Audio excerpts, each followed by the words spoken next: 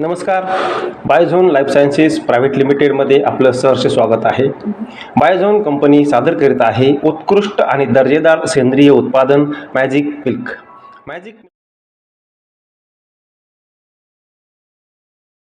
त्रास होता तो नेमकी थोडासा विश्लेषणात्मक सांगा किंवा जेणेकरून इतर आपल्या शेतकऱ्यांना पण अडचणी असतील काही गायीच्या पोटाच्या संदर्भामध्ये तर हे प्रोडक्ट कसं काम करतं किंवा त्या जठराच्या आजार असलेल्या गायीचा तुमचा काय अनुभव आहे? जठराचा आजार म्हणजे ज्या काही खात होती ना तिचं व्यवस्थित पचन होत नव्हतं. ते पचन न झाल्यामुळे ते शेण पातळ पडत होतं. आणि तुम्ही थोड्या वेळापूर्वी काय सांगितलं कृमी वगैरे हे जत हे असतात ना ते पातळ शेणामध्ये जास्त असतात. ही पावडर चालू केली ना तेव्हापासून ती जठराचा प्रॉब्लेम सॉल्व्ह झाला.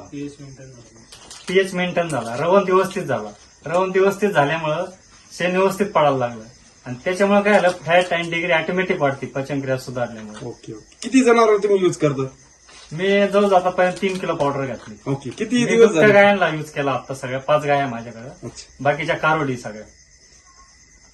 किती दिवसापासून चालू केलं ते? जवळ 3 महिने झाले असं नव्हतं. अच्छा. आणि ही पावडर कॉस्टली पण हिचं प्रमाण खूप कमी घालायचं 10 ग्रॅम.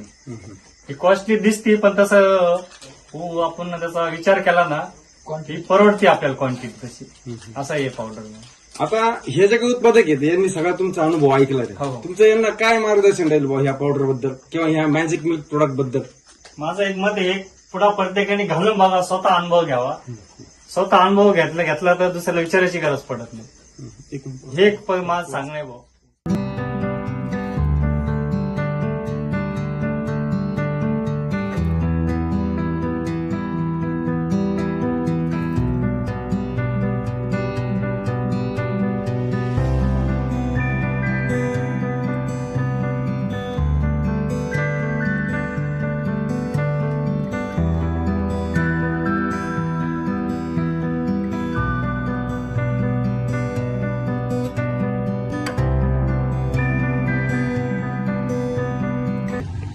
आशीर्वाद किराणा तांबेरे.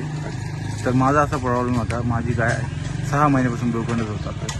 तर ते डॉक्टरांना बोलून मी भरपूर प्रयत्न काही केले, जे गोळ्या दे औषध दे असं ते असं करून सुद्धा काही उपयोग नाही झाला. शेवटी 8 दिवसापूर्वी मॅजिक मिल्क घेतल्यानंतर माझ्या वेळेला 5व्या ते 6व्या दिवशीच फरक पडलेला आहे. अच्छा. एकदम गुड.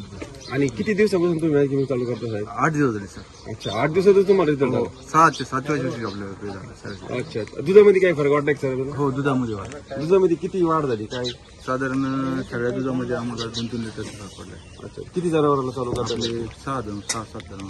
अच्छा. अजून काही तुम्हाला फरक जाणवला का शेणाच्या पोटीत म्हणा किंवा गायच्या पोटीमध्ये? ते एकदम घट्ट पडल्यामुळे रवंथ